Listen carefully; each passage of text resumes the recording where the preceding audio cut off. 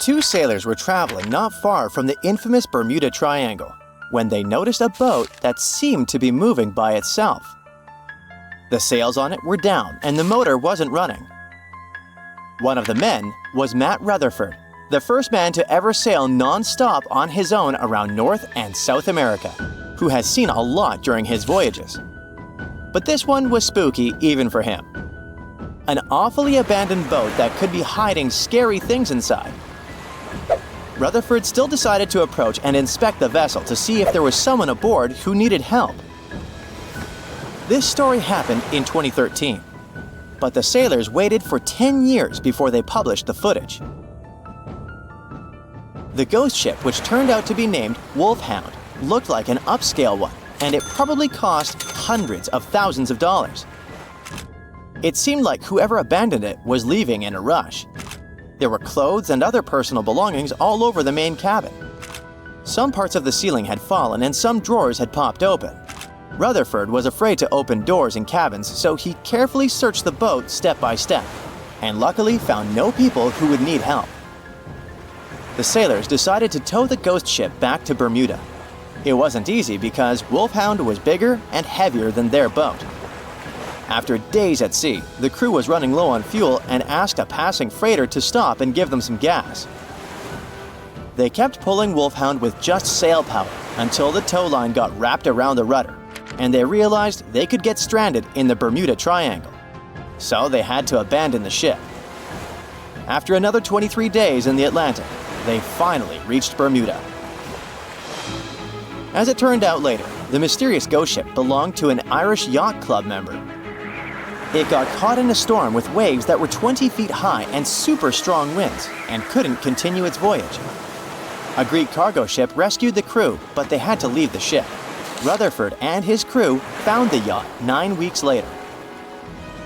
Wolfhound is one of more than 50 ships and 20 planes that disappeared in the Bermuda Triangle since the mid-19th century. The first ship, at least officially documented, was the USS Pickering. It departed from Delaware to the West Indies in 1800. There were 70 people aboard. No one ever heard anything from them ever since. And perhaps we'll never know what exactly happened to them and where the ship is now. The largest ship that has ever disappeared in this mysterious area is the USS Cyclops. In March 1918, carrying a crew of 306 people, the USS Cyclops left Barbados and headed home to Baltimore. It had tons of dense manganese ore on board, which was used in steelmaking. Something happened during its 9-day voyage when it was passing through the Bermuda Triangle. The last message from Cyclops said, "Weather fair, all well," and then it disappeared forever, without even an SOS signal. Another ship that the Bermuda Triangle supposedly took forever was the Cotopaxi in 1925. It was loaded with coal and had a crew of 32 people on board. Its trip was supposed to go from Charleston, South Carolina to Havana, Cuba, but something went wrong and the ship disappeared. Recently, scientists discovered that the Cotopaxi was lying at the bottom of the ocean about 35 miles from St. Augustine, Florida.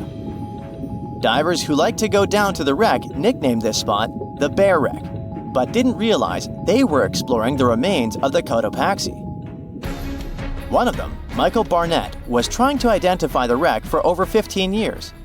He carefully measured different parts of the shipwreck that survived underwater with his team. When they compared these measurements with old blueprints of the Cotopaxi, they saw that everything matched up perfectly. The size and position of the boilers were exactly as described in the blueprints. This helped them confirm that they had found the Cotopaxi, and it looks like there was nothing mysterious about its disappearance. It was a combo of bad maintenance, poor care, and rough weather. Many of the hatches used to access the cargo hold where the coal was stored were either broken or missing. This meant that if the ship ran into a storm, water would easily get into the cargo hold, and the ship would get unstable and sink. As the Cotopaxi sailed off the coast of Florida, it met a tropical storm. Just before it disappeared, it sent out a distress call. It was near St. Augustine, so all the puzzle pieces fell into one place. People have come up with all kinds of ideas to explain what might be happening in the Bermuda Triangle. The wildest one is that spaceships from other planets are taking these ships and planes away. Or maybe it has something to do with the lost city of Atlantis, a legendary underwater city. But there are also more rational explanations, such as the fact that this area often has wild and unpredictable weather, with sudden storms and water spouts. For hundreds and hundreds of years, sailors have told stories about giant rogue waves that seem to come out of nowhere in the open ocean. It sounded like a tale in the past, but in the last 20 years, satellites have spotted these freak waves, some of them reaching over 100 feet tall. Storms from the Gulf of Mexico can hit the Bermuda Triangle area and create such rough and unpredictable waves. Scientists built a model of the USS Cyclops and put it in a wave simulator. They say that even a rogue wave 50 feet tall would be enough to flip over that ship. It had a flat bottom and was less stable and more likely to tip. There are also lots of hills and deep valleys on the ocean floor, which can be dangerous if a ship isn't navigating carefully. Sometimes things can go wrong with engines, communication systems, or other equipment. If a plane or ship has a mechanical problem far from land, it can be really hard to get help quickly, especially if rescue teams are far away. The Bermuda Triangle also has magnetic anomalies, so in some parts of it, the compass might point in the wrong direction. And then there are human mistakes, like misjudging distances, making wrong turns, or not listening carefully to directions. This is what happened to Flight 19, a group of planes that went missing. The leader of the flight, Lieutenant Charles Taylor, decided to fly into bad weather without all the equipment they needed. He was also tired, so it was really hard for him to make good decisions. Disappearances in the Bermuda Triangle don't really happen more often than in other parts of the Atlantic Ocean, where a lot of ships and planes travel. They just attract more attention and talks. You still won't find the Bermuda Triangle on any map, and it doesn't have official borders. So we might never be able to solve its mystery because we can't be sure it even exists.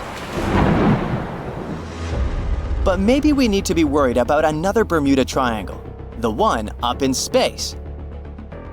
This space triangle doesn't make things completely disappear, but it messes with the equipment on the spacecraft, causing glitches and makes things stop working for a while. The Bermuda Triangle of Space, which is more officially known as the South Atlantic Anomaly, is a unique area above the Earth that stretches over parts of South America and Africa, from Chile all the way to Zimbabwe. It sits right where a part of Earth's magnetic shield is weaker than usual.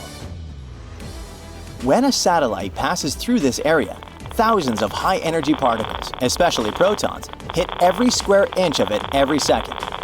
To keep satellites safe from this radiation, space agencies often put them in sleep mode when they pass through the SAA. The Hubble Space Telescope passes through the SAA about 10 times a day and spends about 15% of its time in sleep mode because of this anomaly. Even astronauts on the International Space Station, ISS, which also travels near this zone, have to be careful about radiation. Parts of the ISS, like the kitchen and sleeping areas, have extra shielding to protect them. Strange things occur in the cold waters of Antarctica. One of these things happened to a ship called Jenny. It was a small schooner whose history began in 1822. The boat and its crew set sail and disappeared a year later. For 18 years, the ship was considered sunk. People forgot about it, but in 1840, the vessel reminded the world of itself. That year, the whaling ship Hope sailed through the Drake Channel in Antarctica. The crew members noticed a ship among icebergs. It was the schooner Jenny. It was floating slowly in the dark, with no signs of life. The captain of the Hope, Mr. Brighton, gave the order to approach the mysterious vessel. They thought it was some creepy ghost ship, but as they came closer, they noticed crew members on the deck. The sailors of the Hope called out to them, but received no answer. This time, it became clear that something terrible had happened to the Jenny. When Brighton boarded, he realized that the Jenny crew members weren't missing. They were here. Frozen people stood like statues. Brighton went down to the lower deck and found the captain. He was sitting frozen at the table, holding a pen. Brighton looked at the logbook. The last record was made on May 4th, 1823. The captain wrote that he was the only living member of the crew. They spent 71 days without food. It seemed that the ship got lost in the sea because its captain went off course or sailed into an iceberg, but no one knew for sure.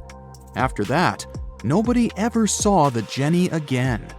According to rumors, the crew of the Hope abandoned the frozen ship and left it to drift in the cold waters. According to other rumors, this whole story is fiction.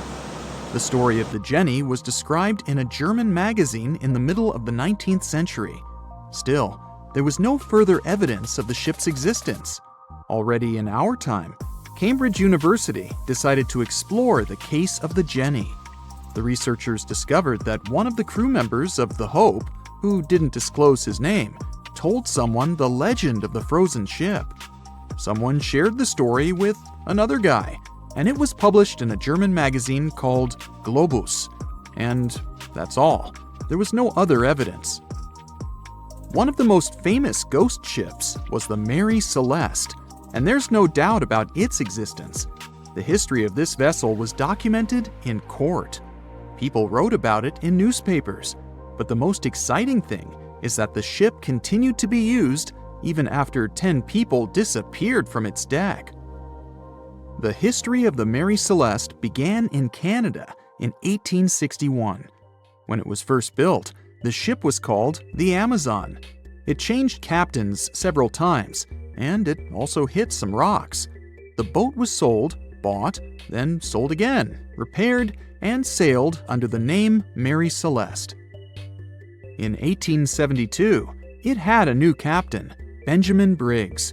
He was a decent, brave man with a lot of experience in navigation.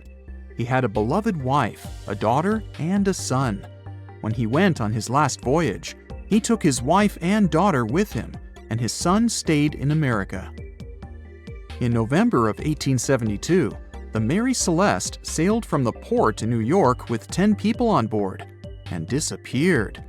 8 days later, another ship, the Dei Gratia, also left New York and followed the same route.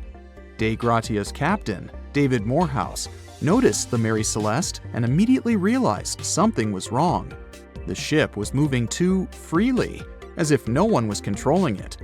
The captain tried to contact the crew members, but no one answered him. Then, together with other sailors, he climbed aboard the Mary Celeste. The ship was in good condition. There was no damage. The hold was slightly filled with water, but it could be easily pumped out. Everything seemed fine, but one lifeboat was missing. The crew members' valuables were in their cabins. The cargo was in the hold. The supplies of water and food were untouched. Judging by the records in the logbook, the ship was caught in a storm, but it was not too strong. Other ships also sailed through this storm, but nothing bad happened to them. The last record was dated November 25th, and it claimed that everything was fine. The sails of the Mary Celeste were slightly damaged, but perhaps it happened after the crew had disappeared. The whole ship was in excellent condition, but what made the people leave it? Part of the crew of the Dei Gratia stayed on board the Mary Celeste to bring it to dry land. Everything went well. They delivered the ship to the closest port. Next, the captain of the Dei Gratia appeared before the court and told about what had happened. However, the prosecutor and the judge didn't want to believe in the story of the Mary Celeste. They were sure the captain got rid of the ship's crew to get money for its cargo. According to the maritime laws of that time, if you found a ghost ship with valuable cargo, then a substantial part of this cargo belonged to you. So, many people thought that David Morehouse decided to earn some money. This version seemed to be more valid than the one about the mysterious disappearance of 10 people. Fortunately, no one accused the captain of committing a crime. They thanked him for his service and gave him a monetary reward. However, his reputation was damaged, which greatly affected his career, as many believed he attacked the crew of the Mary Celeste. But even after this terrible case, trial, and investigation, the story was not over. The Mary Celeste was still an expensive and efficient vessel. It sailed several times, but then one captain crashed it into the reefs to get insurance. The court revealed this deception and accused the captain of intentional property damage. The story of the Mary Celeste became famous all over the world. People began to build their theories, realistic and not.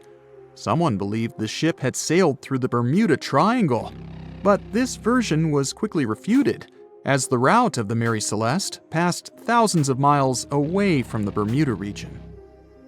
Did the Kraken or another giant monster attack the ship? Nope. Since the boat was found in almost perfect condition, there were no signs of a struggle. One of the most popular versions was that the crew of the Mary Celeste stole some valuable cargo and sailed to Spain on the rescue boat. However, those who knew Captain Benjamin Briggs said he was a good, honest man. Besides, he had a son in New York, and Briggs would never leave him. A more thorough investigation revealed that a series of accidental circumstances could have caused the disappearance of the ship's crew. Before its last voyage, the vessel delivered coal. Perhaps the pump intended for pumping water got clogged with coal after that. And when the ship got into a storm, the hold filled with water and the pump broke. The captain couldn't understand the amount of water because numerous barrels in the cargo hold blocked the view. Benjamin Briggs assumed it was dangerous to stay on the ship during a storm, so he evacuated with the passengers on a lifeboat. Perhaps they were close to land and decided to sail there, but the storm intensified and overturned the boat. Also, one record in the log journal said that the chronometer was faulty. It was a device that helped to determine your location at sea using longitude. Briggs got lost and didn't know which way to sail. The storm was strong, and he couldn't determine whether the ship would sink. Perhaps Briggs decided to leave the ship in a rescue boat when he saw the coast of the Azores. The uniqueness of this ghost ship case is that, unlike many others, you can investigate it yourself. There's a lot of information about the Mary Celeste on the internet. There are documentaries and research articles. Perhaps you'll be able to notice something that others haven't seen and solve the mystery of the disappearance of 10 people. As an experienced sailor and the first man to ever sail non-stop on his own around North and South America, Matt Rutherford has seen a lot during his voyages. But what he saw in 2013 while sailing through the waters of the Atlantic with his colleague surely stands out. Some 800 miles off the coast of Bermuda, not far away from the famous Bermuda Triangle, they noticed a boat that seemed to be moving by itself. The sails weren't up and the motor wasn't running. The sailors decided to check if there was someone who needed their help aboard, so they moved closer to the mysterious ship. Once they got there, things only got weirder, as they realized there wasn't a living soul aboard. Rutherford started filming to document their discovery. The boat looked so awfully abandoned that they expected to find some pretty scary things in there. But it didn't stop Rutherford from searching the vessel. The boat, which turned out to be named Wolfhound, looked like an upscale one, probably costing hundreds of thousands of dollars. It was pretty weird to find it floating by itself in the middle of the ocean. It seemed like whoever abandoned it was leaving in a rush. There were clothes and other personal belongings all over the main cabin. Some parts of the ceiling had fallen and some drawers had popped open.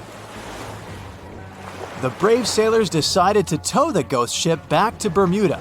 It wasn't easy because Wolfhound was bigger and heavier than their boat. After days at sea, the crew was running low on fuel and asked a passing freighter to stop and give them some gas.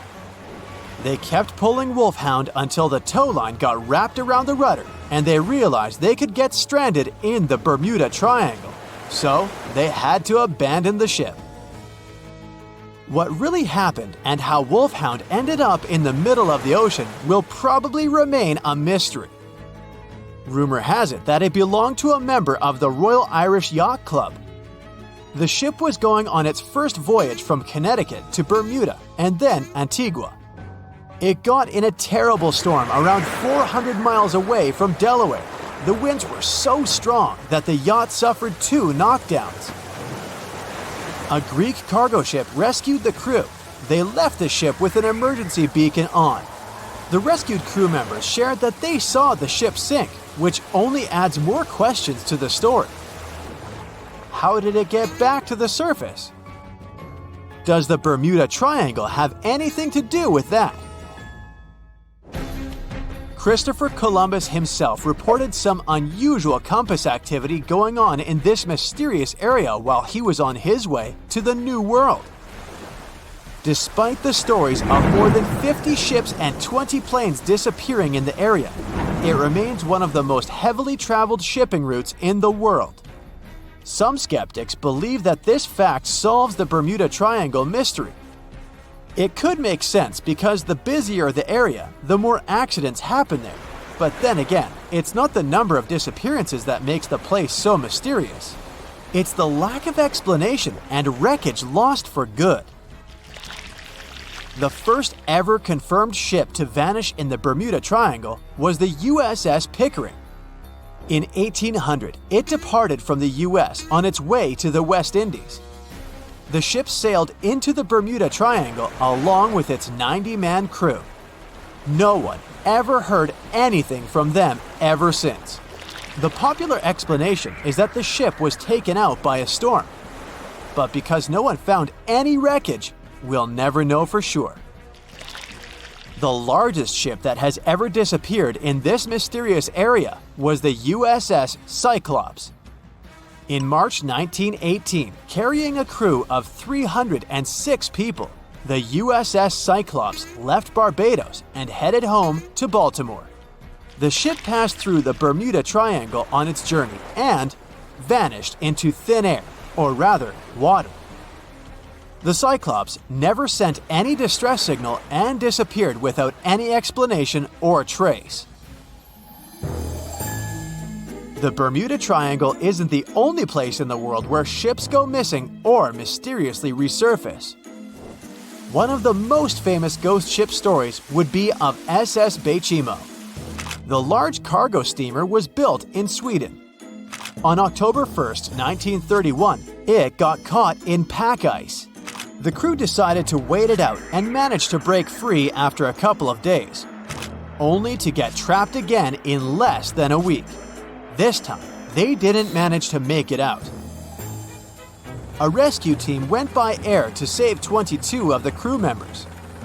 15 other members stayed in a wooden shelter they built not far away from the ship. Their plan was to wait out the winter and get back aboard. At the end of November, a strong blizzard was rushing through the area. When it was over, Bechimo seemed to have gone away with the storm. The captain decided it must have broken and sunk, but a few days later, a local hunter informed them that he had seen the ship around 45 miles away from their camp. The crew managed to find the ship and took the most valuable cargo from its hold. They had fears that Bechimo wouldn't live through that rough water, but it did manage to survive after all. Once the ice was gone, it floated away and ended up drifting along the shores of Canada and Alaska. Many people reported seeing the ghost ship in an open sea. Some even tried to board it to save the ship, but the weather didn't allow it to happen. The last time someone saw SS Bechimo was in 1969, 38 years after its crew had left it. It could still be drifting somewhere in the ocean. The story of MV Hoita happened in the South Pacific. The ship was originally a wooden luxury yacht. After serving for 20 years to various owners, it became a merchant ship. In 1959, it set on a trading voyage that was supposed to last around 2 days. When it didn't reach its destination on time, no one was worried at first, as things happen in the open waters. After another day, and no distress signals from the Hoita, it was obvious that something serious was going on with it. There were 25 people aboard, and their families wanted to find them. A search and rescue crew worked for 6 days looking for the ship, or at least its wreckage, in an area of nearly 100,000 square miles. That's 1.5 times as big as Florida. Sadly, the mission had come back with no results. It seemed like Hoita had disappeared without a trace. A month later, another merchant ship noticed Hoita drifting in the ocean, miles and miles away from its original route, and none of the crew members or passengers were on board. The cargo had also disappeared. The lifeboats were also gone, so the people must have escaped the ship hoping to save themselves. It turned out that the crew had been trying to get help as they tuned the radio to the International Distress Channel. But the damaged cable didn't let them send the signal any further than 2 miles. It also looked like when they were leaving the ship, the crew took the logbook with them, and we still don't know what exactly happened to Hoita. Family members of those who were on board are still looking for answers. One professor claims it must have been a corroded pipe that leaked and flooded the vessel, but we'll most likely never know for sure. In the Pacific Ocean, near Japan, there is an area nicknamed the Devil's Sea. It's believed to be one of the 12 vile vortices around the Earth. Some people claim that vile vortices have weird things going on in them because the pull of the planet's electromagnetic waves is stronger there than anywhere else. The most famous ship that disappeared in the area was a fishery patrol vessel in 1952. The ship went there to investigate the vessels that went missing previously and disappeared along with 31 crew members. Scientists who don't believe it was a mysterious disappearance blame the underwater volcano eruption for what happened.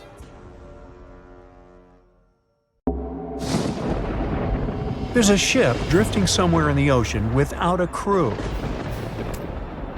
The last time someone saw it was over 50 years ago. Its story reminds of that of the Flying Dutchman, a ship that's bound to sail forever and bring disaster to whoever sees it at sea. At least the legend says so. Unlike the Flying Dutchman, the SS Bay Chimo was definitely real and built for a German company in Hamburg and began as an ordinary cargo ship. It was trading supplies between Hamburg and Sweden in the Baltic Sea starting from 1914. It had a strong steam engine and a hull made of steel. A few years later, it became British property. Then, in the 1920s, a Canadian company purchased it for around $18,000, a huge amount of money back then. The new owner, the Hudson's Bay Company, was actively using the ship for several years. They would often send it on voyages from its home port in Scotland to Siberia, Alaska, the Yukon, and the Northwest Territories. It also passed through the Panama Canal and even the Suez Canal, with fur pelts for sale on board. Sometimes it would also transport passengers. It had completed 9 successful voyages before this strip of good luck came to an end. Starting from the 1930s, SS Bay Chimo would have trouble with ice and storms. When it first got trapped in ice in October of 1931, some of the crew managed to escape to Alaska. 15 of 22 sailors decided to stay with their vessel and try to save it. They had furs and other valuable cargo worth around $58,000 aboard. The company sent them supplies to survive the winter. They set camp near the ship out of the hatches, tarpaulins, and other materials, and offloaded the cargo. At the end of November, a blizzard rushed through the area, and it seemed like it had taken the ship with it. The ice platform had survived, but the ship broke free. Some of the crew members were sure it had sunk. But soon after, they heard from one of the locals who had spotted their ship around 45 miles away from their camp. The crew moved on with their lives, and the ship started its journey as a runaway vessel. People would spot SS Chimo once a year or so, all the way until 1965. It was mostly spotted off the coast of Alaska. A man going to Nome with his sled dog, along with prospectors, explorers, and treasure hunters, all claimed to have seen SS Chimo. Someone tried to board it and take it to port, but ended up stranded on it for days because of horrible weather. Others got luckier and managed to take a whaleboat, some furniture, and other valuables from the vessel. Those who got close to the ship saw that it was damaged and missing the propeller. Still, it stayed afloat without a crew for at least 38 years and became the longest sailing ghost ship in history. In 2006, the Alaskan authorities started a project to solve the mystery of this ghost ship of the Arctic and finally find SS Chimo, either still above or below the water. So far, the project has not been a success. SS Chimo remains one of the estimated 4,000 ships that have disappeared off Alaskan shores. If the legend of the 17th century isn't lying, this ghost ship could be sailing somewhere along the Flying Dutchman. It belonged to the Dutch East India Company. Its captain managed to do the impossible for that time and sailed from Holland to Indonesia in only 3 months. They said he was flying over the sea, and some evil tongues explained that he had made a deal with evil forces to achieve that. Once the ship was sailing back home, its captain and crew disappeared without a trace. There are many versions of what happened to it. One of the first ones said it had tried to enter port at the Cape of Good Hope, got in a terrible storm, and sank as there was no captain to save it. Another legend says the captain had refused to obey the skies to let the ship sink during the storm. A scary life form then struck the boat and the crew, and it was condemned to forever wander without rest. Many sailors claim to have spotted the wandering Dutchman. The Duke of York, who was to become King of England, mentioned having seen it in Australian waters. Right after spotting the ship, the man who saw it first fell from the top of the mast and didn't survive. There were more encounters with this legendary ship up to the middle of the 20th century. Ships would nearly collide with it as the Flying Dutchman jumped out of the blue. Scientists have a more logical explanation for this mystery: Fata Morgana, not to be confused with Hakuna Matata. Now, when you're out at sea on a hot day and the air is all wavy, it feels like when you look at the road on a scorching summer day. That's because of something called atmospheric refraction. When light passes through different layers of air with different temperatures and densities, it bends and twists. Sometimes, under certain conditions, this bending of light can create really bizarre optical illusions over the ocean, like sightings of the Flying Dutchman. The Fata Morgana phenomenon can make distant objects appear distorted, stretched, or even lifted above the horizon. So you can see a ship far away, but because of the way the light is bending, it will look like it's floating above the water or even disappearing and reappearing. A Fata Morgana is most commonly seen in polar regions, especially over large sheets of ice that have a uniform low temperature. But you can see it anywhere, even in deserts and over lakes on hot days. The first stories about ghost ships go all the way back to ancient Greek and Roman mythology. One of the most famous ghost ships in history is the Mary Celeste. This brigantine was traveling from New York City to Genoa and was fully stocked with provisions, but missing a crew when it was discovered in the Atlantic Ocean in 1872. The crew's personal belongings were also there, completely undisturbed.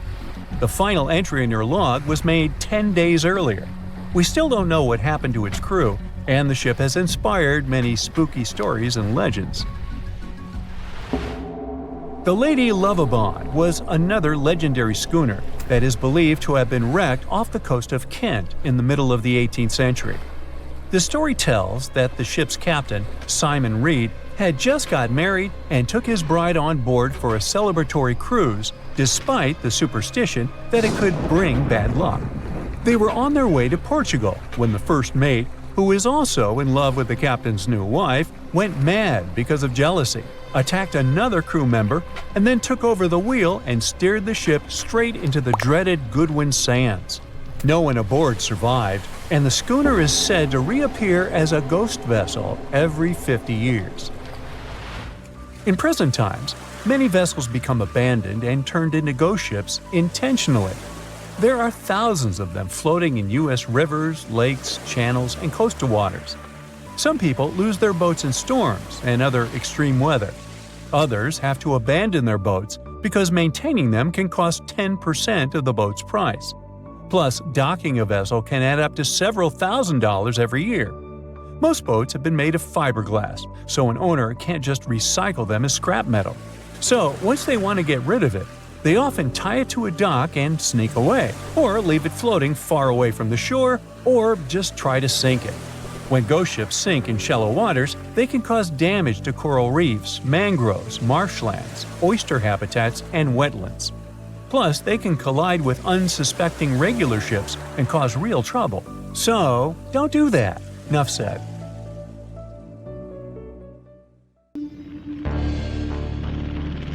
In 1945, 5 TBF Avenger aircraft took flight for a routine training exercise around the Bermuda Triangle. In the middle of the exercise, the planes were struck by intense rain and heavy winds, despite the clear weather forecast. The pilots became extremely disoriented and radioed the base to report that their navigational equipment had stopped working. The last thing the base heard was, "When the first plane drops below 10 gallons, we'll all go down together," and then static. The 5 planes and their 14 crew members were never seen or heard from again. On his very first voyage to the New World in 1492, Christopher Columbus sailed through the Bermuda Triangle.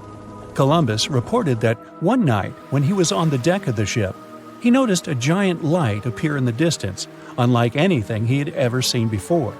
Columbus looked at his compass for direction, and it gave off erratic readings. You might have noticed that the Bermuda Triangle doesn't appear on any world map. This is because official institutions refuse to acknowledge that the area actually exists.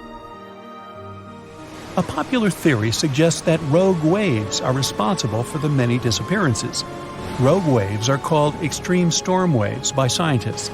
They occur when different weather patterns take place at the same time and cause large, unexpected waves. Witnesses say that the waves look like giant walls of water. These waves could explain why ships go down fast and without leaving any trace. The Bermuda Triangle is home to some pretty intense and unexpected weather. Storms build up quickly and unexpectedly, then disappear soon after. If you blink, you might miss it. This could explain why few distress signals are issued. Pilots and sailors never saw the weather coming. No one knows exactly how many ships and planes have disappeared in the Bermuda Triangle. The rough estimate is 50 ships and 20 planes. Most of the time, the disappearances had no explanation and no wreckage has ever been left behind. Another bizarre theory trying to solve the Bermuda Triangle mystery comes from Charlie Berlitz. He insists that the area is home to the lost city of Atlantis. The missing ships and planes and malfunctioning equipment, according to him, were all caused by rays of energy let out by the special energy crystals that power Atlantis. While this sounds silly, Berlitz's theory was convincing enough that over 20 million people bought his book worldwide. In the year 1800, a large sailing vessel called the USS Pickering departed from the U.S. on its way to the West Indies. The ship sailed into the Bermuda Triangle along with its 90-man crew and was never heard from again. The USS Pickering was the first ever confirmed ship to vanish in the Bermuda Triangle. It's believed that the ship was taken out by a storm, but because no wreckage was ever found, we'll never know for sure. When the TBF Avenger planes went missing, a massive search operation was conducted. Boats and planes searched the Bermuda Triangle for any signs of the aircraft. One of the boats searching was a PBM-5 Mariner airboat. The airboat took flight at 7:27 p.m. and called in a routine radio message 3 minutes later. Then, it was never heard from again. No trace was ever found of the rescue airboat or the 5 Avenger aircraft. An enormous investigation was launched into the disappearance of all these vehicles, but nothing was ever discovered. This particular area of the ocean is one of the most heavily traveled shipping routes in the world. Some skeptics believe that this fact solves the mystery. Statistically, the busier the area, the higher the frequency of accidents and disappearances. While this makes sense, it's not the frequency of disappearances that's responsible for the mystery of the Bermuda Triangle. It's the lack of explanation or wreckage found. On the ocean floor, decomposing organisms let off large concentrations of methane gas that gets trapped under the water. This gas can build up until, boom, it ruptures. The gas surges up to the surface and erupts. If a ship was in the area of one of these ruptures, the water would become much less dense and cause the ship to sink rapidly and without warning. Scientists believe this could be the cause of the many disappearances in the Bermuda Triangle. While this theory makes a lot of sense, it doesn't seem too likely. The U.S. Geological Survey has stated that no large releases of gas are believed to have occurred in this area for the past 15,000 years. The ocean floor is made of rocks containing a lot of magnetite. It's more like iron. Magnetic fields react to high concentrations of magnetite on the ocean floor, which may start a sort of conflict between the two. It can often lead to various weather anomalies and, as a result, navigation issues. And, naturally, any changes in the ocean floor or the Earth's magnetic fields influence the Bermuda Triangle a lot. Since the magnetic field is constantly moving, it might be also taking the Bermuda Triangle with it. Now that people know where the triangle is, it's easy to avoid it. It supposedly moves eastward together with the magnetic poles. But scientists still can't answer where exactly it will be in a couple of years. Some people blame all the disasters on the extraterrestrial paranormal activity. Others suppose it's all about raging natural phenomena. There's another triangle in Lake Michigan. Just like the one near Bermuda, the Michigan Triangle got its shady reputation for some disappearances. The first recorded one dates back to 1679. A large vessel, one of the largest of that time, set out on an expedition. Yet, once it got in the sinister triangle, it never came back. Much later, an aircraft disappeared in this triangle. The skies are usually very clear there, but back in 1883, some people witnessed abnormal things in the area. Some claim to have seen large blocks of ice falling from the skies, and the crew even managed to save one as hard proof. Meanwhile, the Pacific Ocean Mystery Area is another sinister triangle. Off the south coast of Japan, not far away from Tokyo, there's a sea where plenty of ships met their doom, disappearing without a trace in these waters. They call it the Devil's Triangle. Some scientists believe the cause of anomalies is the environmental changes. Also, there's a really high concentration of methane hydrates on the bottom of the ocean in the Pacific Triangle area. You're deviating from your original course and sailing in the wrong direction. There's the Caribbean Sea near the triangle, peppered with small islands. The seafloor here isn't deep. The ship can get in shallow waters. And now the ship is stuck on a shoal, and you have no idea where you are. If this were the 21st century, the ship's captain would be able to reach the shore using GPS and other modern navigation. But the most interesting thing is that the compass would work correctly this time, since the magnetic North Pole hasn't already coincided with the true one for a long time in the territory of the Bermuda Triangle. The agonic line is somewhere far away from here. There are no problems with navigation now, but for some reason, this is where ships disappear. In fact, not just here. Throughout the Atlantic Ocean, there are places where many more ships were gone. The Bermuda Triangle is not even in the top 10 of such places. One of the main reasons why many ships are lost here is that one of the most popular shipping routes in the Atlantic passes through the Bermuda Triangle. And the more ships in one place, the more shipwrecks. Simple probability. Then, it just starts getting weird. Other theories say that there's a space-time rift in this region. Ships and planes fall into this rift and end up in the past or the future. But for some reason, there's not a single proof of this myth. There's no reason to think that the rift is hidden somewhere here. The base of an extraterrestrial civilization is located in the Bermuda Triangle. Visitors from other galaxies steal sea vessels along with the crew, so no one finds the wreckage of the ships. This is also a popular myth that has no scientific justification. The Kraken lives somewhere in the triangle. It's a huge squid that sinks ships and also is a legend that sailors tell each other. However, gigantic squids live in the depths of the ocean. They can grow to the size of half a train car, but no cases have ever been recorded where they sunk a large vessel. And in the area of the Bermuda Triangle, they have never ever been seen. People in the past didn't know about the existence of these creatures, so when they saw them for the first time, they described them as huge, terrible monsters. Giant squids are some of the most elusive creatures on Earth, and scientists had to use sonar equipment to find them. They don't like to leave the dark depths and are likely to be afraid of the sound of any ship. So, that should squash the squid as a suspect.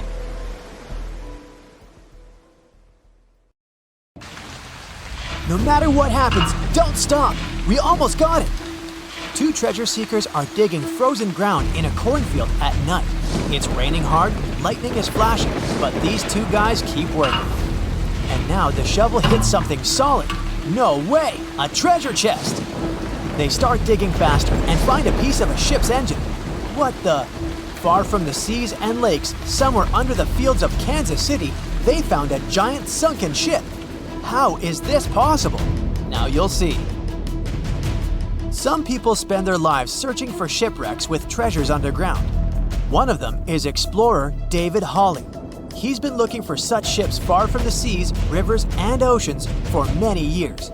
He does this because he likes the feeling of adventure. The holds of these ships may contain chests of gold, antiques, and artifacts. And you can get a lot of money for them. David says you don't have to go into the ocean to find a sunken ship. They may be lying in your backyard. But why do ships end up buried underground among fields, farms, and plains? Let's find out using the example of steamboat Great White Arabia. According to old records, the newspaper clippings, this ship had been carrying about 200 tons of treasure before it sank in 1856. Many rumors and local legends said the ship was lying underground a few miles northeast of Kansas City. It was there because people deliberately altered the riverbed and channels of the Missouri River in the second half of the 19th century. They artificially brought the shores closer to each other. They narrowed the river to increase the flow's speed, so boats could sail much faster. In the 19th century, steamboats were the most popular means of transporting passengers and goods. Before railroads, they extended the western border across the Mississippi and Missouri rivers and brought supplies to people. That's why it was so important to increase the speed of their movement. So, on September 5, 1856, Arabia was sailing along such an estuary. It came across a snag sticking out of the water. A piece of log quickly flooded the ship. Fortunately, all passengers were evacuated. But the steamer and its precious cargo reached the silt bottom of the Missouri River in a few minutes. Several years had passed. Everyone forgot about the vessel. During this time, the course of the Missouri River had changed. But Arabia remained under the wet, muddy bottom. The soil level above it was getting higher, and the ground was losing moisture. Eventually, many decades later, a cornfield formed above the sunken ship. In the 1980s, one farmer owned this area, and he had no idea what was hidden in his territory. David Hawley carefully studied the history of the sunken ships of the USA. He knew that hundreds of steamers had gone underwater all over Missouri, but most of all, he was interested in Arabia, as there were rumors that it was filled with gold and other valuable things. The territory of cornfields in Kansas was vast, but David Hawley knew how to search properly. In 1987, he started working. First, together with his brother and father, they collected all the clippings from old newspapers they could find. They were looking not only for information about the steamer, but also for maps of the Missouri River. They tracked its historical changes, checked the dates, and identified a large area where the steamer sank. Next, they used electromagnetic testing and other geological stuff to study the soil and find the right place. They searched for differences in ground moisture and density. Then, they went through the territory with powerful metal detectors. And so, by the fall of 1988, they had determined the location of the steamer. Arabia was the size of a football field. This gigantic vessel lay 45 feet underground, 4 stories down. But before they started excavating, they had to ask the owner of the cornfield for permission. For the farmer, this news was a big surprise. He agreed on the condition that the excavations would be completed by spring so that he could sow a new crop. Digging a giant ship in winter is much more difficult and expensive than at other times. It includes additional equipment, electricity, and heating costs. The team worked day and night. They financed the excavations out of their own pocket. Each invested more than $10,000 and took out a bank loan. Finally, they noticed the first details of the ship. The shovels hit the huge engine boilers and the deck. The goal had been achieved. Most of the cargo lying inside the sunken ships is covered with rust, shells, mud, and is badly damaged. The contents of Arabia were in excellent condition, considering that the ship had sunk 130 years prior. Unfortunately, they didn't find the chests of gold. Still, they got several tons of other valuable cargo, household items of people who lived in the middle of the 19th century. It was a time capsule. The ship was carrying supplies for hundreds and thousands of people, and all these things were perfectly preserved. For example, they could clearly see the brand stamp Goodyear Rubber Company on one rubber shoe. The longer the excavations continued, the more things David and his team found. In the barrels, they found plates from the 19th century. They were intact and usable. Also, there were clean clothes, thousands of pairs of shoes, harpoons, frying pans, and umbrellas. The ship was carrying cargo to supply about 16 small towns. Yes, it's not gold, but such artifacts are also precious. The contents of the ship could be worth millions. However, the crew wasn't going to sell these things. They made a museum on the site of a former fruit market in Kansas City. If you go there, you will immediately feel like you're in a department store of the 19th century. There are thousands of items in good condition. Even the matches here are dry enough to light up. It took David many years to present the entire collection from the steamship. He values each of the items and doesn't want to sell them. Anyone can come here, pay for a ticket, and find themselves in the past. Who knows, maybe there's an old ship hidden in your backyard too. Geologists found an older vessel in the hot desert of Namibia in 2008. This ship sailed back in the days when pirates scared sailors on the seas, and now it's inside a dried-up lagoon. The ship sailed from Lisbon in 1533 and disappeared with the crew near a small diamond mining town. After almost 500 years, the hull had been badly damaged. Only the carcass of the ship remained, but the treasure hidden inside the vessel stayed intact. They carefully studied the boat for a long time, trying not to ruin anything. And then, 5 days later, they found a big old chest in the hold. Carefully opening it, they found gold coins there.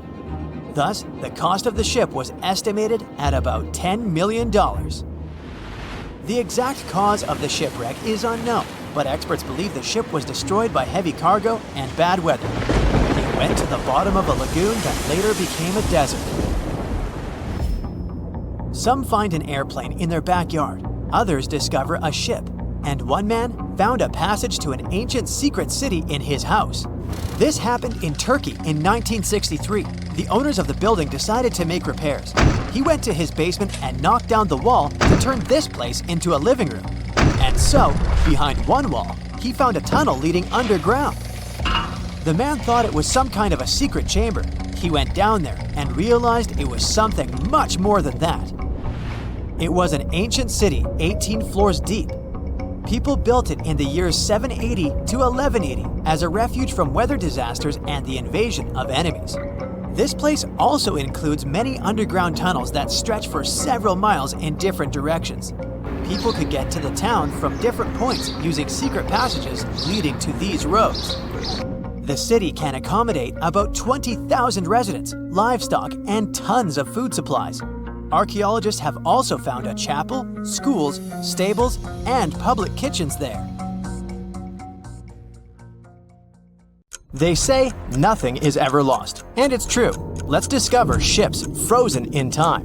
The first one is truly fascinating. Here, the Antikythera shipwreck.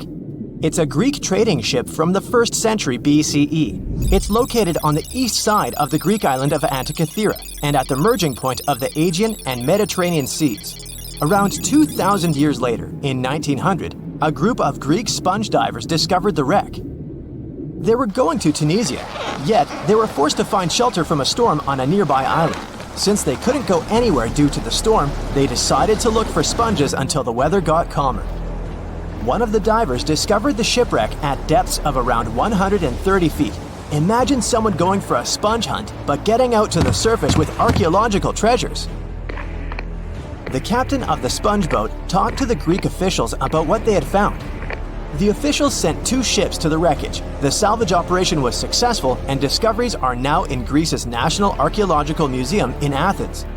The findings included 3 life-sized marble horses, jewelry, coins, and hundreds of works of art, including a 7-foot-tall Colossus statue of Hercules. Among these treasures, Antikythera ephebe, a bronze statue of a young man, caught more attention. Because the ephebe doesn't comply with any familiar iconographic model, and there are no known copies of his type, he held a spherical object in his hand. Scholars have different theories of who that person could be, but they are not in a consensus yet. More than 70 years later, Jacques-Yves Cousteau and his team went to the area and recovered hundreds more artifacts and the remains of 4 people. Interestingly, they discovered a complex set of interlocking gears, capable of predicting the movement of the sun, moon, and several planets. The mechanism can also show the times of solar and lunar eclipses years into the future. Think of this Antikythera mechanism as an early computer calendar, to plan significant events like agricultural activities, religious rituals, and Olympic Games. These artifacts found in the Antikythera wreckage are some of the most important findings in modern archaeology. Just the Antikythera mechanism itself has changed our perception of the limits of ancient technology. The mechanism has a sophisticated design and was made over 1,000 years ago. After all these amazing discoveries, experts believe that the wreckage site has remained largely unexplored, and is mostly because of its location and the landscape of the seafloor on which the ship rests. The wreck is too deep for scuba divers but too shallow to use something like a submersible. A survey made on the seafloor in 2012 showed evidence of a second wreck about 800 feet to the south. It's clear that this area has a lot to offer humanity. What would happen if those sponge hunters didn't go to the area? Scientists found a shipwreck in Antarctica at the bottom of the Weddell Sea 107 years after it sank. The name of the ship was Endurance, and it was the lost vessel of Antarctic explorer Sir Ernest Shackleton. Scientists who laid eyes on it decades later say it is among the greatest undiscovered shipwrecks ever. That is why they filmed the whole discovery. The video shows the remains of the Endurance and proves it is still in remarkable condition. It has been sitting in 10,000 feet of water for over a century, yet it looks like it sank very recently. So the story goes like this. The ship was crushed by ice and sank in 1915. Shackleton and his crewmates had to escape by themselves in small lifeboats. From then on, it was all about survival. Shackleton imagined to get his crew to safety. Then, the ship sank. Yes, this is a pretty impressive story. But why did scientists prize this ship? Firstly, Shackleton's Imperial Trans-Antarctic Expedition sailed to make the first land crossing of Antarctica. Yes, the crew was trapped in ice, but the intention was important. Secondly, it's about the challenge itself of finding the shipwreck. The Weddell Sea is almost always covered in thick sea ice. The same ice that made the Endurance sink. Getting near the presumed sinking location is super hard, let alone being able to conduct research. Experts of the modern expedition team foresaw the time when the lowest extent of Antarctic sea ice would come using satellite images. They realized that the weather was in their favor to start an expedition. Dr. John Shears said that they have successfully completed the world's most difficult shipwreck search, fighting against constantly shifting sea ice, blizzards, and temperatures decreasing to -0.4 degrees Fahrenheit. Yeesh, I can't imagine the worst conditions in Antarctica if these conditions are in their favor. Lastly, look at this. It's timbers. They're very much intact. Plus, you can read the ship's name. It's still visible. Marine archaeologist Menson Bound says that this is the finest wooden shipwreck he has ever discovered. He has 50 years of career experience, so I believe the guy. So how come the wood is not rotten? Dr. Michelle Taylor, a deep-sea polar biologist, said that there has been little wood deterioration. because the wood-munching animals are not in this forest-free region of Antarctica. Workers of a coal mine in East Serbia discovered 3 shipwrecks that had been there for at least 1,300 years. The largest shipwreck is an ancient Roman fleet. It's around 50 feet long with a flat bottom. It's estimated that the ship could carry a crew of 30 to 35 people. Looking at its hull, you can see the marks of repairs. Wow, this one had a lengthy career. You know, it gives us insight into more than 1,000 years ago. The 2 smaller vessels, on the other hand, match descriptions of boats used by Slavic groups to attack the Roman frontier. These 2 have been discovered under mud and clay in an ancient riverbed. Apparently, in those times, there was a Roman base in a place called Viminacium City. Interestingly, Viminacium was a provincial capital with an estimated 40,000 inhabitants in the 4th century CE. For comparison, it was even larger than Pompeii. The Kostelach coal mine is a center of hidden gems. Archaeologists had found evidence of ancient human and animal activity here before. For instance, in 2012, experts found bones of at least 5 woolly mammoths, which went extinct about 10,000 years ago. Canadian archaeologists found a ship 150 years after it went missing in the Canadian Arctic waters. This merchant ship is called HMS Investigator. It was purchased in 1848 to search for the explorer Sir John Franklin's ship that got lost in the Northwest Passage expedition. So, HMS Investigator left Britain in 1850 for this rescue operation. The expedition crew, captained by Robert McClure, sailed the Investigator into the water. He realized that he was in the final leg of the Northwest Passage, the sea route across North America. But before he could sail into the Beaufort Sea, the 122-ton ship itself got stuck in the thick ice. The crew spent the winter over the Prince of Wales Strait. The following summer, McClure tried again to sail to the end of the passage, but the ice blocked his way once more. Here, too, the crew was forced to leave the ship. He steered the crew into the Bay of Mercy. There, they were to remain until 1853, when the crew of the HMS Resolute rescued them. Imagine a crew of 60 people who had to spend 3 winters in the Arctic without even knowing if they would survive. Later on, the ship was found sitting upright in about 36 feet of water. It was in very good condition. Arctic water has prevented the outer deck of the vessel from deteriorating quickly. The outline of the ship and its timber can be clearly seen.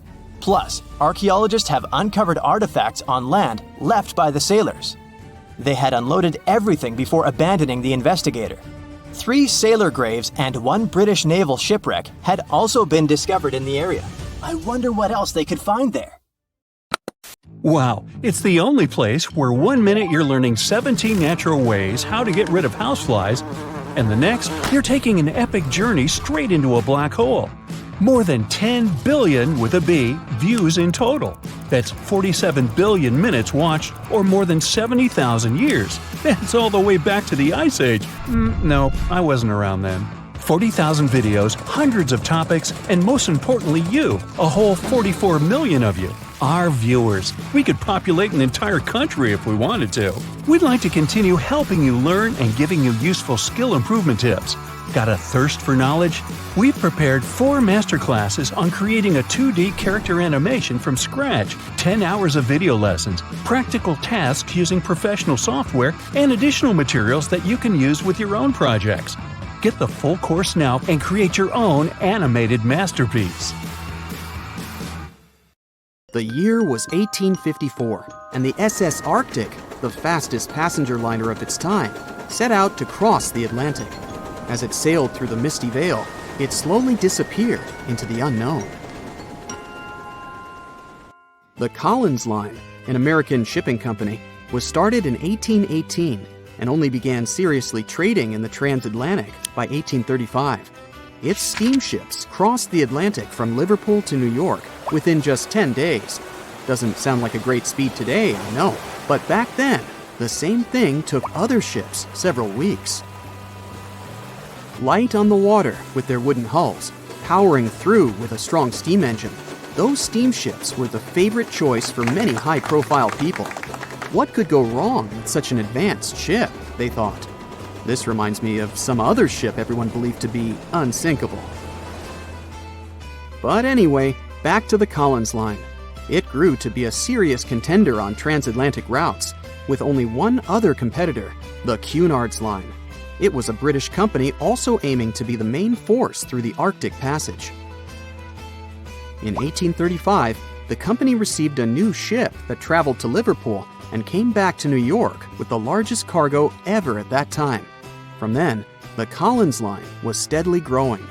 It seemed like there would only be future successes for it.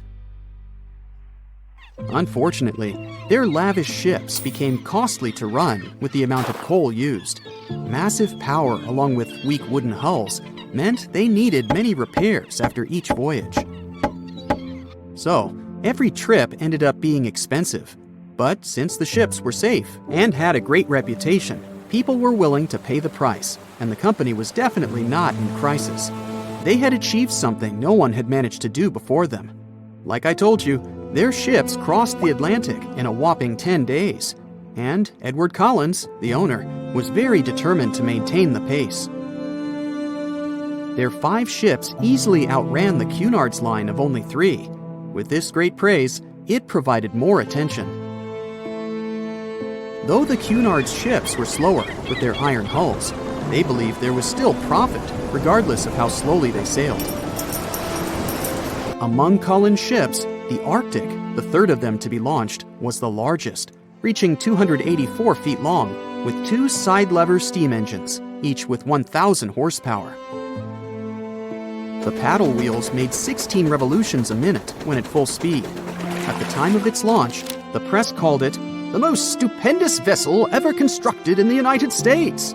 But glamour and fame couldn't avoid what would come next. On the 27th of September, the Arctic was on its journey from Liverpool to New York, continuing a speed pace through the thick fog. It's possible that by that moment, after 4 years of record-breaking trips, the crew became overconfident with their sailing and the ship. Going only 50 miles from Newfoundland, they carelessly continued through the fog with no radio contact, sonar, or any other form of identifying objects, equipped only with Morse code. A smaller ship, the SS Vesta, which operated as a fishing vessel, often worked around Newfoundland. It was passing through the same path as the Arctic and crashed into its side.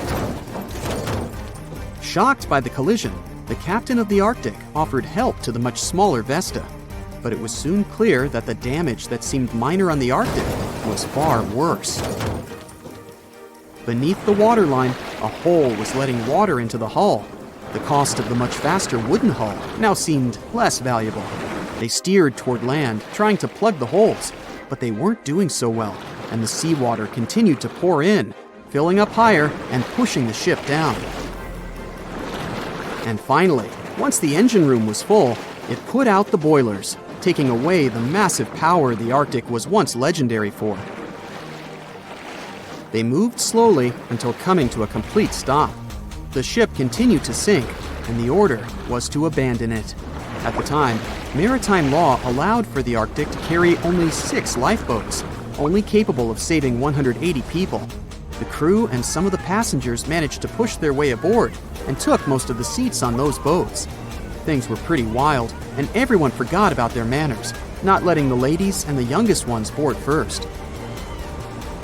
It took 4 hours for the Arctic to sink. 150 crew and 250 passengers were on board. Those that weren't able to find a lifeboat made a desperate attempt to build their own rafts from parts of the ship. 2 days later, only 3 boats made it safely to the shore. The other 3 were never found. Believe it or not, the rescue party also saved some people that had been clinging to the wreckage for 2 days. Unlike the crew, the captain went down with the Arctic, but amazingly survived. He would be only one of 85 people that made it, out of the 400 on board. When the news arrived 2 weeks later, the public responded with great sadness to the losses. Great anger soon followed towards the poor safety measures and the crew. The press published demands to change the laws for more lifeboats. It only made sense to have enough for every person on board a ship. But they ignored those requests. This neglect would lead to more disasters in the future. Enough lifeboats would only come into maritime law some 60 years later, after the disaster of the Titanic. Edward Collins' wife and 2 children were also aboard the ship and didn't return. He was heartbroken, but didn't stop running his business. The Collins line still had a reputation to uphold, the biggest, fastest, and most luxurious on the Atlantic. Edward Collins would now build an even better ship than any other. It was named the Adriatic, and it was the largest ship in the world, 354 feet long. With 2 alternating steam engines that had never been built of this size. These steam engines at the time were at the height of engineering, though today you can only see them in models and toys. With the new addition of 2 masts, the Adriatic would also be able to sail if needed. Luckily, they made some lessons from the disaster of the Arctic. But before their new ship, the Adriatic, was built, another disaster had occurred. The sister ship of the Arctic had also sunk. They believed this second ship was desperate to stay in front of the Cunard's line and hit an iceberg somewhere during the race. This weird contest took the lives of 141 people. The desperation of Collins and his weakly built hulls pushed the company towards bankruptcy in 1858. The newly built Adriatic, costing over $1 million, had only made 1 voyage in the end. And even that voyage was considered a disaster. The ship collided with a tugboat. It still managed to finish its maiden voyage at a suitable time. After the company had gone bankrupt, they had to sell the ship for only $50,000. They removed the great giant engines, replacing them with only sails. Although it was once the greatest ship on the high seas, it was only 30 years later until it was abandoned, labeled irreparable, and anchored in a river. The other remaining ships were also sold and only used for parts. Edward Collins left the industry altogether, seeking work on dry land instead. As the Collins line was no longer in the mix, the Cunards would grow in strength. Without competition, they would win the Blue Riband for the next 30 years, and 180 years later, after producing hundreds of ships. They still have a constant presence on the seas as they provide transatlantic crossings, world voyages, and leisure cruises. To this day, the Cunard line is the only one to run ships between Europe and America, and it's great proof that it's not always the fastest that's the best. April 1912 marked one of the most terrible tragedies in the history of the world. The most unsinkable vessel, the pinnacle of engineering at that time, the huge Titanic, sank. On that dark, moonless night, the ship had many chances to save its passengers. There was another ship just a few miles away that could have saved the Titanic, but it didn't. It wasn't a phantom ship, and it's not some legend or a theory. This is a documented reality. There are records and witnesses' statements confirming this. But why didn't this ship help? Let's find out what happened that night by looking at these events from 3 different points of view. Let's start with the Titanic version. 11:30 p.m. The moon hides behind black clouds. Visibility is bad. Everything is calm on the Titanic. Under the captain's guidance, the communications operator stays in touch with the mainland through the radio. At this moment, some stranger breaks into the frequency, interrupting the operator's communication. It's unclear what this strange man wants and what he's talking about. The operator doesn't try to figure it out. He shouts at the guy, demanding him to disconnect. The connection is interrupted. At 11:40 p.m., the Titanic crashes into an iceberg. The ice breaks the hull. Water begins to flood the lower decks. Nobody is panicking yet. 20 minutes later, at midnight, the ship's crew sends a distress signal through the radio frequency. Few people understand how bad the situation really is. After 20 minutes, at 12:20 a.m., they start lowering lifeboats with passengers. At 12:25 a.m., they receive a response to the distress signal. This is RMS Carpathia. Their captain reports they're already sailing at maximum speed towards the Titanic. But the problem is that the crash site is 58 miles away. This means Carpathia will only be here in 4 hours. At 12:45 a.m., the sinking ship's crew release rockets into the air. These flares are one of the main reasons for the terrible fate of many passengers, but more on that later. 90 minutes later, the Titanic's deck breaks and the ship dives underwater. At 4:10 a.m., the Carpathia finally arrives at the shipwreck location. The crew members make heroic efforts to save all the people. They take 705 survivors on board. At this moment, another ship appears. It's SS Californian. The Carpathia sails towards the New York coast with all the people. The Californian floats in search of passengers and finds nothing but wreckage. The ship was only a few miles away while the Titanic sank into the icy water. The Californian could have saved these people, but did nothing. Its captain, Stanley Lord, made one of the most terrible acts that a sailor can allow. He didn't help a sinking ship. When the world found out about all this, they detested Captain Lord. They couldn't bring charges against him, and the trial didn't punish him. But his career was ruined entirely, as no other ship company would hire him. Despite this, he never confessed he had been guilty. Before he passed away, the captain said it hadn't been his fault. If this was true, then what happened there? This brings us to the Californian version. It's the night of April 14th. The Californian is sailing in the cold waters of the North Atlantic. The ship gets into a section with a lot of icebergs. At 10:10 p.m., Captain Lord stops the ship. It's too dangerous to move around this area, as they can damage the hull. At 11 p.m., the ship starts drifting. It's impossible to move in such conditions with such poor visibility. The captain knows that the Titanic is coming here, so he orders the radio operator to warn the ship about the danger. Radio operator Evans turns on the receiver and tries to contact the Titanic. He spends about 30 minutes on it. The connection is finally established. At this moment, the Titanic radio operator is speaking with the mainland. Evans interrupts this conversation and tries to warn the ship about icebergs. The operator doesn't understand Evans' words. He's annoyed because Evans broke into the channel so brazenly.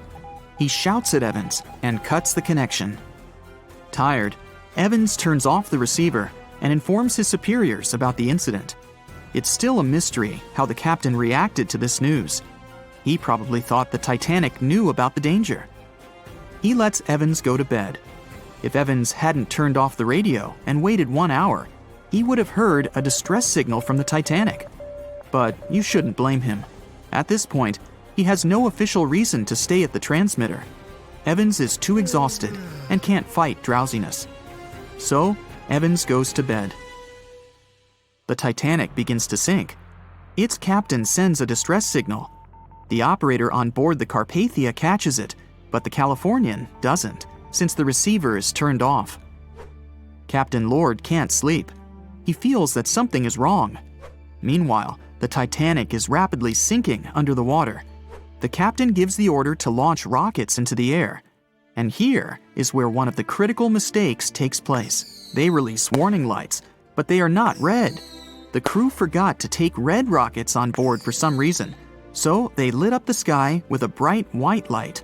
If you need to send a distress signal, you need to release red lights. Captain Lord sees these lights, but doesn't perceive them as a cry for help. It can't be that there are no standard red rockets on such a massive ship as the Titanic. But, unfortunately, it can. Captain Lord thinks the Titanic is sailing away. Perhaps there is some unknown reason behind those white lights, but he doesn't really know. So, Captain Lord has no idea that the Titanic is sinking. He still decides to contact the ship, but this time, not through radio communication. Captain Lord doesn't wake up the radio operator and sends a signal to the Titanic through a signal lamp. It's important to understand that many old-school captains didn't take radio communication seriously. They didn't understand the value of this technology. That's why Captain Lord doesn't wake up Evans. He sends light signals, but the Titanic doesn't respond. Many survivors later mentioned seeing the flashing lights of the Californian, but there was nothing they could have done. The ship's crew doesn't hear their cries for help. At 2:20 a.m., the Titanic completely goes underwater. A little more than 2 hours later, radio operator Evans wakes up and turns the transmitter on. He hears many rescuers talking about the sunken ship. Evans understands everything. He reports this to the captain. At that moment, the Californian immediately heads to the wreck site. They meet Carpathia there. With the survivors on board, it sails towards New York. The Californian stays sailing and looking for people. They find nothing but wreckage. The Californian returns to the mainland. The news about the ship that could have saved the Titanic is spreading all over the country. The trial begins. Captain Stanley Lord and the crew tell their version. They say their ship had been standing still. Many people don't believe them, and some of the surviving passengers claim to have seen the Californian sailing by. Still, the judge declares them innocent. 1962. Captain Stanley Lord is a very old man. He calls a notary to confess something. The captain makes his last remark about this case. He swears he's not guilty. But if it wasn't the Californian sailing past the Titanic at that moment, then what? The Samson theory could answer that question for us. The sealing ship Samson is sailing in the cold waters of the North Atlantic. The crew aren't sleeping. They carefully study the surroundings, but not because they're afraid of icebergs. They're scared of meeting with the U.S. Coast Guard. The Samson ship's crew catch seals, which is illegal. At 12:45 a.m., Samson's captain sees white signal rockets. The team is sure it's the Coast Guard. They turn off the lights and sail away. It's dark, so they don't notice the sinking Titanic. They return to the coast of Iceland and hear about the disaster. They realize they have abandoned the drowning passengers. The nephew of one of Samson's crew members reads about this story in his uncle's diary. The nephew asks for permission to publish these recordings. All the people realize that Captain Lord wasn't guilty, but unfortunately, he didn't live to see this moment. Actually, it's still unknown who is guilty in this story. 2 ships were nearby the Titanic. Their captains were adequate people. They would have helped save all the passengers. Their fault was that they couldn't understand what the Titanic wanted on that dark night. Someone forgot to put red flares in the box. This small but fatal detail was one of the leading causes of the tragedy. Ships and planes disappearing without a trace. Passengers never seen or heard from again. Reports of strange lights in the sky. No, these aren't scenes from an upcoming Hollywood blockbuster, but some of the strange occurrences reported for over a century in an area ominously dubbed the Graveyard of Lake Ontario, also referred to as Canada's Bermuda Triangle, or the Marysburg Vortex. It stretches across a portion of Lake Ontario from Kingston to Prince Edward County in Canada, and down to Oswego, New York in the US. The tales about this area can be as chilling as the frigid lake water on which they took place. The most unsettling story involves the schooner called the Bavaria. It was 1889, and the ship was being towed across the lake. Rough waters severed the tow rope, and the Bavaria floated away. Luckily, the schooner was later found safe and fully intact. But there was one thing missing: the crew. Not a single person was found on board. What makes the story even more bizarre is that the dinner table was set, a loaf of bread was discovered, freshly baked, and the captain's money and his papers were fully accounted for. There was even a pet canary happily chirping away, as if nothing was amiss. What happened to the crew? We may never know. And this was not a unique incident. Just over a decade later, in 1900, 3 ships, the Annie Minnis, the Picton, and the Acacia, were sailing across the lake, but only 2 would make it to their final destination. The third one, the Picton, was speeding ahead of the others when it simply vanished. According to a cook on the Annie Minnis, "We were well out into the lake and making good time when all of a sudden we saw the Picton's topsails coming off, and then her lower sails settled, and then, while we stood and watched, the Picton just disappeared."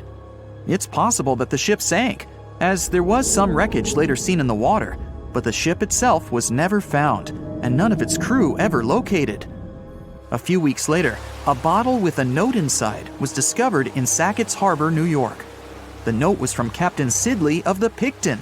"Have lashed Vesey to me with heaving line, so that we will be found together." Vesey was the captain's 12-year-old son. The note creates more questions than answers. If the witnesses were correct, the ship's disappearance was quite quick. When did Captain Sidley know he was in danger? Why not signal for help if he had any warning? And when did he have time to write a note, bottle it, and tie himself to his son? It truly is a mystery. And it was not just ships that ran afoul of the strange forces in the area. Planes also struggled to make it through in one piece. In 1975, Ron Scott flew out from the Picton Airport in his Cessna 172. As he entered the Marysburg vortex, his plane banked to the side. For several seconds, he was unable to right the plane, but once he did, the same force banked him to the other side. Again, he was stuck there for a few seconds, unable to control his plane. A skilled pilot, he had never experienced anything like it before. He was certainly luckier than Royal Canadian Air Force pilot Barry Allen Newman. Newman was at the same spot back in 1952, when he lost control of his jet and crashed into the lake. To this day, his body has not been found. In total, over 270 ships and at least 40 planes have met a tragic end in this area. And adding to the mystery, sometimes people report a series of bright lights or orbs, or a dark ship hovering in the sky. These are even harder to explain. Witnesses willing to report them are adamant they are true. Sid Wells said he watched a strange shape like a multifaceted diamond slowly spinning in the sky, and then it just disappeared. Others claim to have seen it too. Of course, the Marysburg vortex is just one of several places around the world known as vile vortices, a term coined by biologist and writer Ivan T. Sanderson. He discovered 12 other equally spaced areas on the surface of Earth where funny things happen. The best known of these, of course, is the dreaded Bermuda Triangle. Situated in the Atlantic Ocean between Bermuda, Florida, and Puerto Rico, it has been blamed for the disappearance of thousands of people. They went in, on boats or in planes, but they never came out. Even the explorer Christopher Columbus experienced the mystery of the Bermuda Triangle during his first voyage to America in 1492. He said the compasses pointed in the wrong direction, the sea levels seemed to change dramatically, and he even spotted strange lights in the sky. In 1918, the USS Cyclops, which was one of the US Navy's biggest fuel ships, disappeared there. Since the 309 crew members were declared lost at sea when the Cyclops vanished, it's seen as the largest loss of life in the history of the US Navy in a single incident. At the time, the weather was good. The one message sent that day from the ship indicated no issues or concerns, and a distress signal was never sent. A thorough naval investigation followed. Its conclusion? Many theories have been advanced, but none that satisfactorily accounts for the ship's disappearance. In other words, the investigators were stumped. There's also the Dragon's Triangle, located in the Pacific Ocean. The most disturbing story involves a group of Japanese vessels that disappeared in the 1950s. When researchers were sent to investigate what happened, they too disappeared. In each case, it's impossible to truly know what occurred, and it's easy to get caught up in stories of giant sea monsters lurking beneath the waves. Who doesn't like a good scare? And Sanderson was willing to accept the possibility of such stories being true. He believed the vile vortices that he studied could be explained by anything from a wrinkle in the space-time continuum to magnetic abnormalities to underwater people. Of course, Sanderson was not only a huge fan of strange places, he also wrote about strange creatures like Bigfoot and the Loch Ness Monster. His skills as an impartial scientist are questionable, though. In 1948, he claimed that some 3-toed footprints found at Clearwater Beach in Florida were proof of 15-foot-tall penguins, arguing that they were impossible to fake. In 1988, Tony Singerini revealed that he and his friend, attaching some cast-iron feet to his high-top sneakers, were behind the giant penguin hoax. So maybe Sanderson isn't the most reliable source after all, but there are also some very compelling and wholly natural explanations. Let's look specifically at the Marysburg vortex. It's entirely possible that ships like the Bavaria and the Picton were done in by a mix of bad luck and bad weather. Unsettled weather is certainly not uncommon on Lake Ontario, and flash storms on the open water can prove dangerous to the most skilled sailor. And even today, with advances in weather forecasting, we get it wrong all the time. Back then, there was no way to predict that a storm was just around the corner. And the weather was just one issue. Historian Mark Seguin said that the area was always known to be dangerous, as the lakebed quickly becomes shallow along the eastern shore. There are also small rocky islands and shoals scattered throughout the area, making sailing a risky venture, especially for larger vessels or those weighed down by heavy cargo. By the mid-20th century, modern weather forecasting and improved shipbuilding alleviated most of the hazards of the Great Lakes shipping, resulting in fewer losses. The last major shipwreck in any of the Great Lakes was that of the SS Edmund Fitzgerald, which sank off the coast of Lake Superior in 1975, with 29 crew members going down with it. It seems the vortex is no match for human progress. And as for lights or images in the sky, in most cases, it's the result of an interesting phenomenon called thermal or temperature inversion. When this happens, a layer of warm air becomes trapped under cold air. This can result in mirages or reflections. So, a light on the ground that is miles away can be reflected in the sky, giving the impression of a flying object. Other parts of the mystery may be solved with a little time. Lake Ontario's freshwater and frigid temperatures help preserve the ships and planes that came to rest there. As divers and researchers continue to explore the area, maybe we'll finally learn the fate of the Bavaria, the Picton, Captain Sidley, and his son. It has recently become a popular location for many tourists looking for the perfect place to get away from it all. If you're lucky enough to catch a sunny day here, it's like no other, I can assure you. Chances are, you'll end up having loads of foggy days, but let's be honest, they have a special allure of their own. This enchanting smile-shaped island is called Sable Island. It's located 190 miles from mainland Nova Scotia. It wasn't accessible to the general public until 2013. That's when it was added to the list of National Parks of Canada.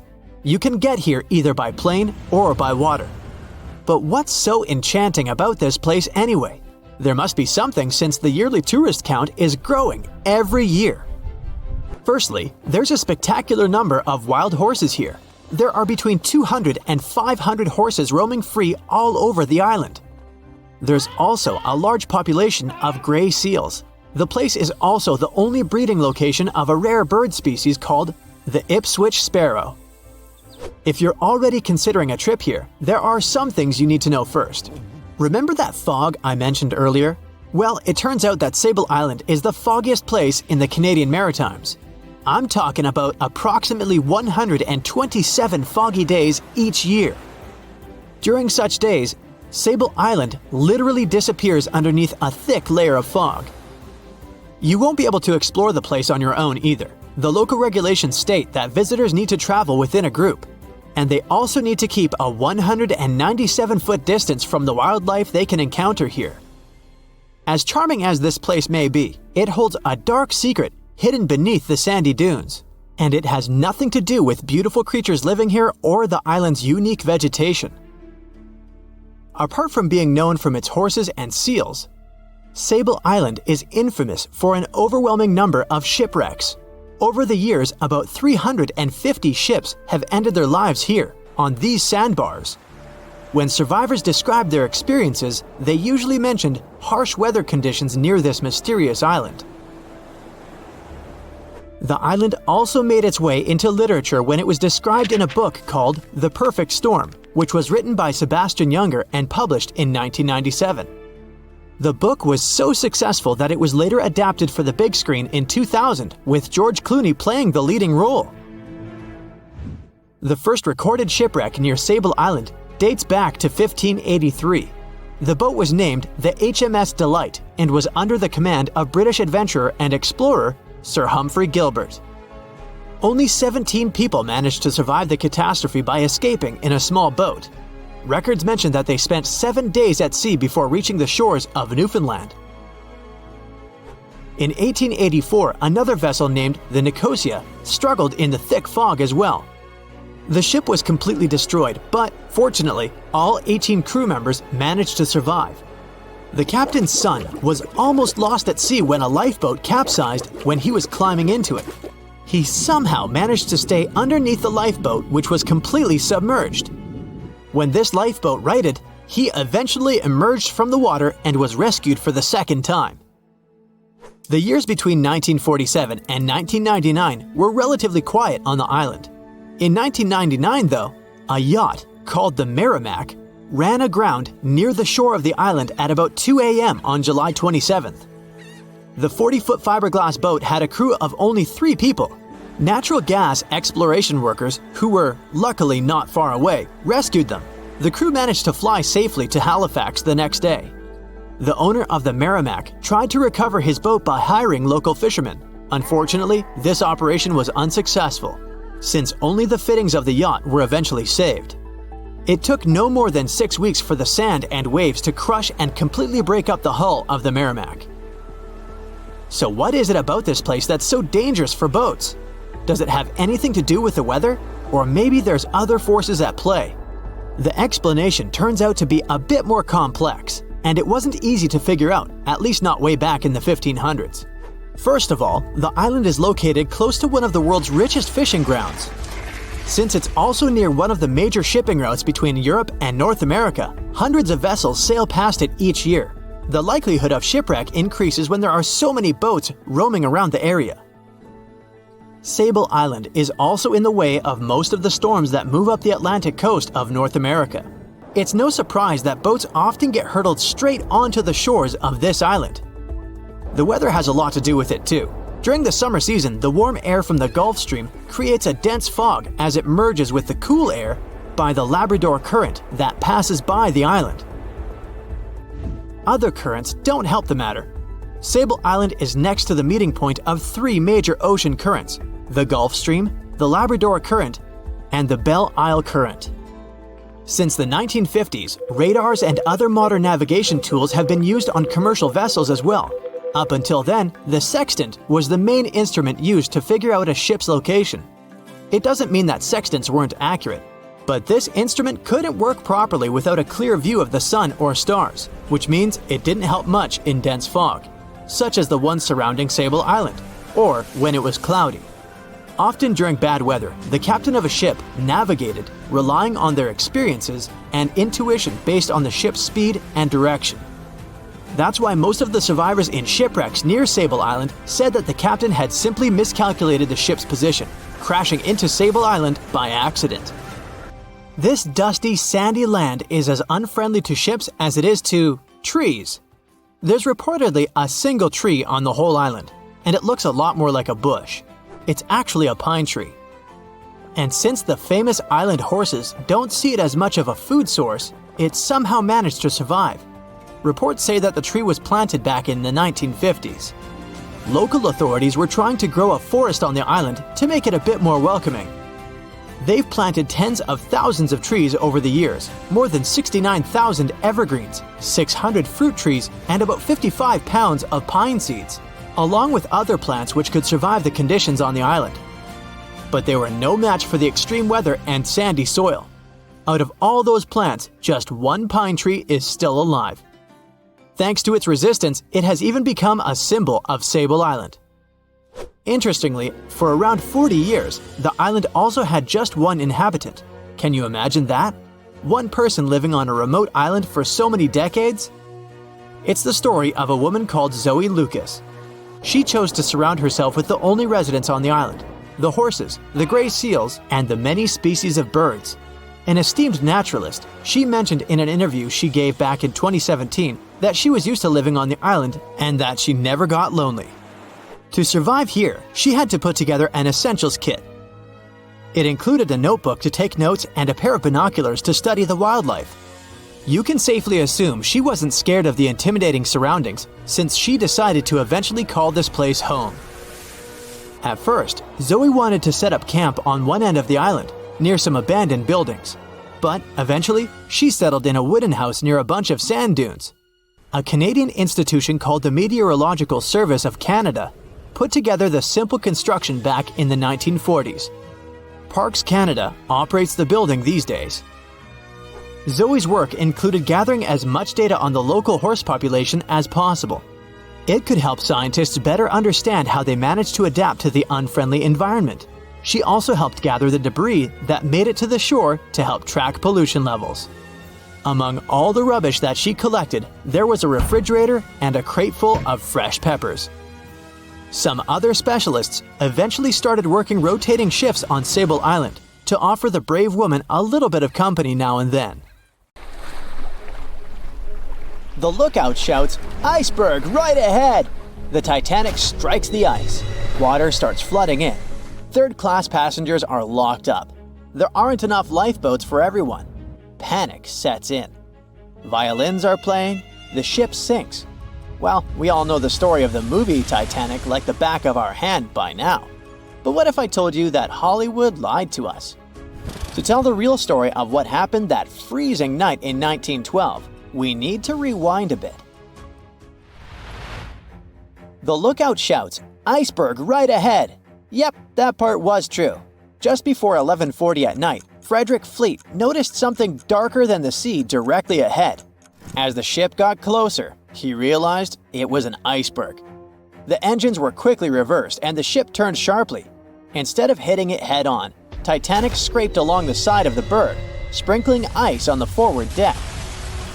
If you remember, in the movie, Jack and Rose are having a romantic moment when they feel the ship shudder after hitting the iceberg.